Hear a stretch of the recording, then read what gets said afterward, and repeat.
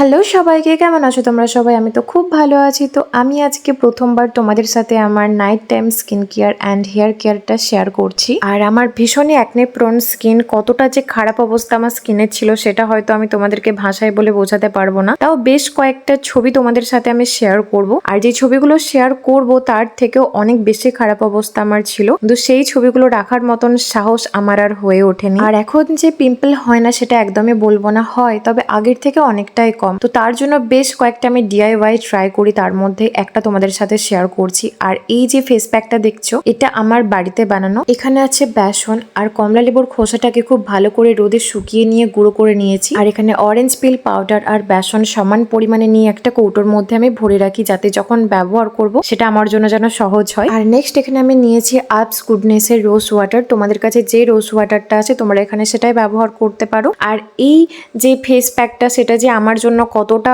ভালো, কতটা এফেক্টিভ হয়েছে সেটা হয়তো ভাষায় প্রকাশ করার মতন ভাষা আমার কাছে নেই। এই ফেস প্যাকটা যে শুধু পিম্পল কমাতে সাহায্য করে শুধু সেটাই নয়, পিম্পলের যে দাগগুলো রয়ে যায় সেটাকেও কিন্তু ফেড আপ করতে সাহায্য করে। আর এই দুটো কাজ ছাড়াও যেটা মেন কাজ করে সেটা হচ্ছে স্কিনে ভীষণ সুন্দর একটা গ্লো এনে দেয়, আর সাথেই স্কিনটা ভীষণ ভীষণ সফট হয়ে যায়। আর কমলা লেবুর খোসার মধ্যে পুরো ভরপুর ভিটামিন সি থাকে, যেটার মধ্যে কোনো কেমিক্যাল থাকে না, একদম অর্গানিক। আর এই ফেস প্যাকটা আমি মুখে 15 মিনিটের জন্য রেখেছিলাম, তারপর খুব ভালো করে আমি ধুয়ে নেব রাব করে করে। যাদের খুব পিম্পল প্রোন স্কিন তারা অবশ্যই ফেস প্যাকটা ট্রাই করো। আর কোনো ফেস প্যাক বা কোনো DIY রাতারাতি তো সবকিছু ঠিক হয়ে যায় না, এটা মোটামুটি 1 মাস ইউজ করার পর বুঝতে পারবে ডিফারেন্সটা। আর আমার স্কিনে গ্লোটা দেখে আশা করি বুঝতেই পারছো যে এই ফেস প্যাকটা কতটা কার্যকরী। আর আজকে যেহেতু আমার অ্যাক্টিভ অ্যাকনে আছে সেজন্য কোনো রকম সিরাম আমি ব্যবহার করব না, শুধুমাত্র ডাক্তারের প্রেসক্রাইব করা একটা জেল ব্যবহার করেছি। আর আমার নাইট টাইম স্কিন কেয়ার খুব সিম্পলের উপর রাখার চেষ্টা করি, কারণ আগের আমার স্কিনের অবস্থা ভীষণ খারাপ ছিল। অনেক কিছু করে, অনেক কষ্ট করে ফাইনালি অনেকটাই স্কিনটা আমার ক্লিয়ার হয়েছে।